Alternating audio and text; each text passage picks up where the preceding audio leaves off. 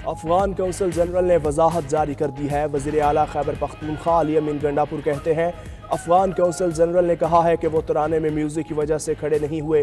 Consul general ने वजाहत दी कि music की वजह से अफगानिस्तान ने अपने तराने पर भी पाबंदी लगाई हुई है।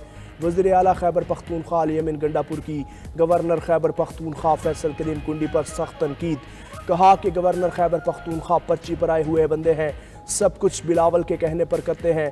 खैबर पख्तूनख्वा हाउस इस्लामाबाद में गवर्नर का दाखिला बंद कर दिया।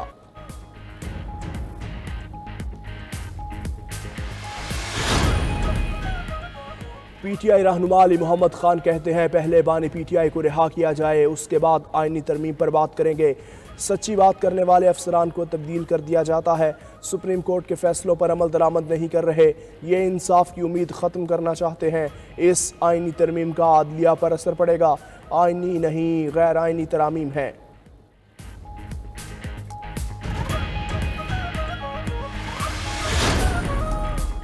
मखसूस नशिस्तों से मुतालिक सुप्रीम कोर्ट के 8 जजेस की वजाहत पर इलेक्शन कमीशन का इजलास।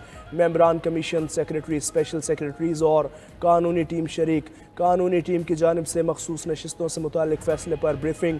ज़राए के मुताबिक कानूनी टीम ने कहा, तहरीक इंसाफ का तंजीमी ढांचा ही मौजूद नहीं तो कैसे दस्तखत अथॉरिटी को तस्लीम किया जाए। किसी भी पार्टी की रजिस्ट्रेशन करना, इंट्रा पार्टी इंतखाबात का जायज़ा लेना और सर्टिफिकेट जारी करना कमीशन का इख्तियार है। इलेक्शन एक्ट में हालिया तरमीम की सुप्रीम कोर्ट फैसले पर असरात हो सकते हैं।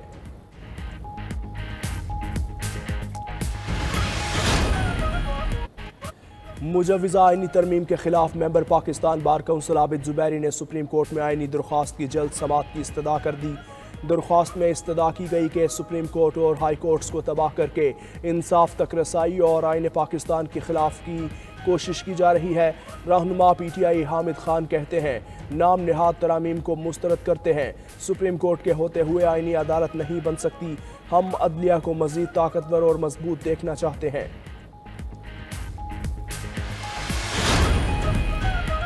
जबरान इलियास का रियासत मुखालिफ बयानिया। रऊफ हसन के साथ होशरुबा व्हाट्सएप पैगामात सामने आ गए। गैर मुल्की एजेंडे पर कारबंद जबरान इलियास बैरून मुल्क से पीटीआई का रियासत मुखालिफ बयानिया चला रहे हैं। रऊफ हसन के साथ व्हाट्सएप पैगामात ने साजिश का पोल खोल दिया। प्रोपोगेंडा फैलाने के लिए जबरान इलियास ने रऊफ हसन को व्हाट्सएप पर हिदायत दी।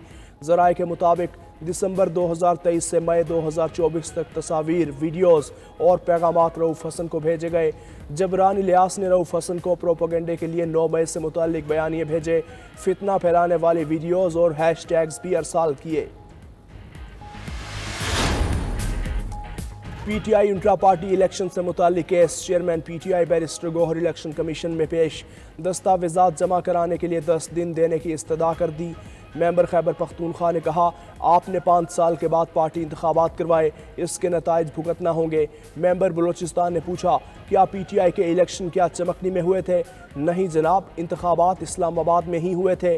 बैरिस्टर गौहर का जवाब, इलेक्शन कमीशन ने दस्तावेजात जमा करवाने की मोहलत देते हुए समाअत 2 अक्टूबर तक मुलतवी कर दी।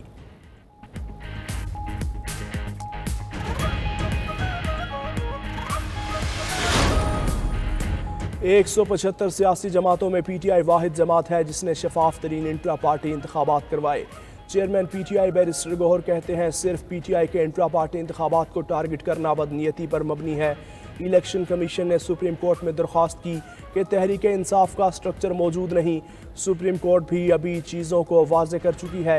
इलेक्शन कमीशन के लिए यह मुनासिब नहीं वो एक पार्टी के इंट्रा पार्टी इलेक्शन पर बात करे और बाकियों को छोड़ दे।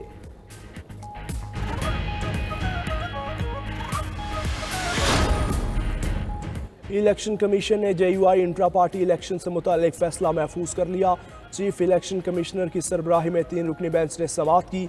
जेयूआई के वकील ने बताया कि 2023 से इलेक्शन अमल जारी है। पहले यूनिट भर अजला और तहसील के इलेक्शन हुए, अब सूबाई इलेक्शन शुरू हुए। 19 सितंबर को पंजाब, फिर खैबर पख्तूनख्वा, सिंध और बलोचिस्तान के सूबाई इलेक्शन हैं। हमें 60 दिन की मोहलत दी जाए।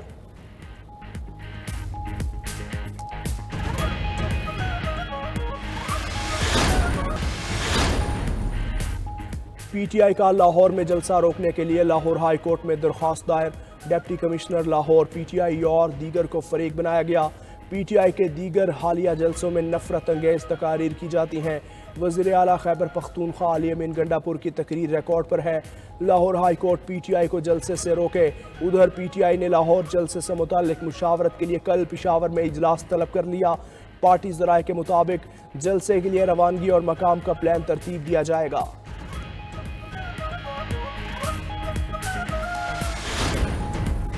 रवा माली साल के इब्तदाई 2 माह में पाकिस्तानी बरामदात में 14.42% इजाफा। जुलाई ता अगस्त बरामदात का हजम $5 अरब से तजावुज़ कर गया। इदारा शुमारियात के मुताबिक टेक्सटाइल की बरामदात 5.37% इजाफे से $2 अरब 91 करोड़ से तजावुज़ कर गईं। सूती कपड़े, readymade garments, netwear, bedwear, towels की एक्सपोर्ट बढ़ी। सिल्क, सिंथेटिक टेक्सटाइल, तरपाल, टेंट की एक्सपोर्ट में भी इजाफा। Leather, gloves, footwear, cutlery, chemicals, plastic material, अद्वियात की बरामदात बढ़ गईं। लाहौर तीफी भट्ट के बहनोई जावेद भट्ट के कत्ल का वाकया। शूटर्स और डील कराने वालों की शिनाख्त, क्वाइफ और तस्वीर सामने आ गईं। पुलिस ज़राए के मुताबिक शूटर अजहर का ताल्लुक लाहौर पैसा अखबार स्ट्रीट से है। डील कराने वाले आरिफ का ताल्लुक तहसील पत्तोकी से है।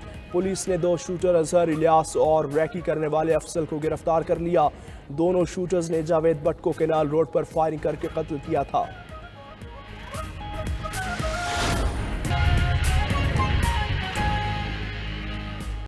अफगान हुकूमत ने अपने तराने से भी म्यूजिक को हटा दिया है। मजीद क्या बोले आइए जानते हैं। हमारा एक इस्लामी इवेंट है, जितने भी मुस्लिम ममालिक हैं उनको दावत दी जाती है और उसमें उन्होंने क्लैरिटी से बता दिया है कि उनकी खड़े ना होने की वजह ये थी कि चूँकि हमारा वो म्यूज़िक के साथ हमारा कौमी तराना पेश किया गया, तो चूँकि म्यूज़िक के उनकी एक पॉलिसी है कि म्यूज़िक के साथ वो उसको वो अप्रिशिएट नहीं करते, तो उन्होंने अपना मौक़िफ़ दे दिया। उसके ऊपर कोई ऐसी वजह नहीं है कि अल्लाह माफ़ करे, कोई पाकिस्तान के तराने से इशू था। उन्होंने मौक़िफ़ दे दिया अपना कि जी म्यूज़िक की वजह से वो उनकी पॉलिसी और अपना भी तराना इसलिए उन्होंने बैन किया हुआ है कि उसे म्यूज़िक था। तो वो क्लैरिटी मेरे ख्याल में आ चुकी है, उन्होंने खुद ही कर दी। इसी पर बात करने के लिए हमारे साथ मौजूद हैं ब्यूरो चीफ पेशावर मुमताज़ बंगश। मुमताज़, बताइएगा ये सारी सूरत हाल के हवाले से जो वज़ीर आला अली अमीन गंडापुर की जानिब से वजाहत पेश की गई है। जी बिल्कुल, सफारती आदाब की खिलाफ वर्जी पर अफगान कौंसल जनरल की जानिब से जब वो ये कहा गया कि वो इस तराने के वक्त वो खड़े नहीं हुए, उन्होंने तो कल ही वजाहत दे दी थी, लेकिन आज जब वज़ीर आला से इस बारे में पूछा गया तो उनका कहना ये था कि अफगान कौंसल जनरल जो है और उनके साथ उनके जो डिप्लोमेट थे वो इसलिए खड़े नहीं हुए कि इस पाकिस्तान के तराने में चूंकि म्यूजिक शामिल है, इसलिए वो इसके एहतराम में खड़े नहीं हुए। और अजीब बात यह है कि वज़ीर आला की जानिब से उनकी वजाहत दी जा रही है, बजाय इसके कि वो कहते हैं कि वो अपनी किए के खुद जिम्मेदार हैं। अगर वो एहतरामन उससे खड़े नहीं हुए तो वो उनकी उससे पूछ-गुछ होनी चाहिए। वज़ीर आला ने खुद ही उसकी वजाहत की और ये कहा कि चूंकि अफगानिस्तान का जो तराना है उसमें भी म्यूजिक शामिल है, इसलिए उन्होंने उसे प्ले करने से उन्होंने उस पर पाबंदी लगा दी है और वो तराना भी तकरीबात में शामिल नहीं करते।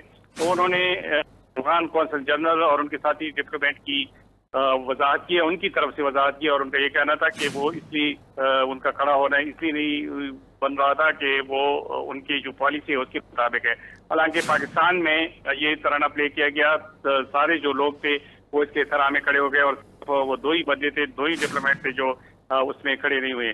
तो वज़ीर आला ने उनकी जानिब से अब वो वजाहत पेश कर दी थी। हालांकि वज़ीर आला की जानिब से इस वजाहत की इसलिए भी ज़रूरत नहीं थी कि अफगान कौंसल जनरल की जानिब से खुद भी इसकी वजाहत पेश की गई है, बजाय इसके कि वज़ीर आला की जानिब से ये कहा जाता कि एहतरामन उनको भी खड़ा होना चाहिए था और उनसे ये गलती हो गई और या वो उनकी जो पॉलिसी थी वो इस सिलसिले में ज़्यादा ठीक नहीं थी।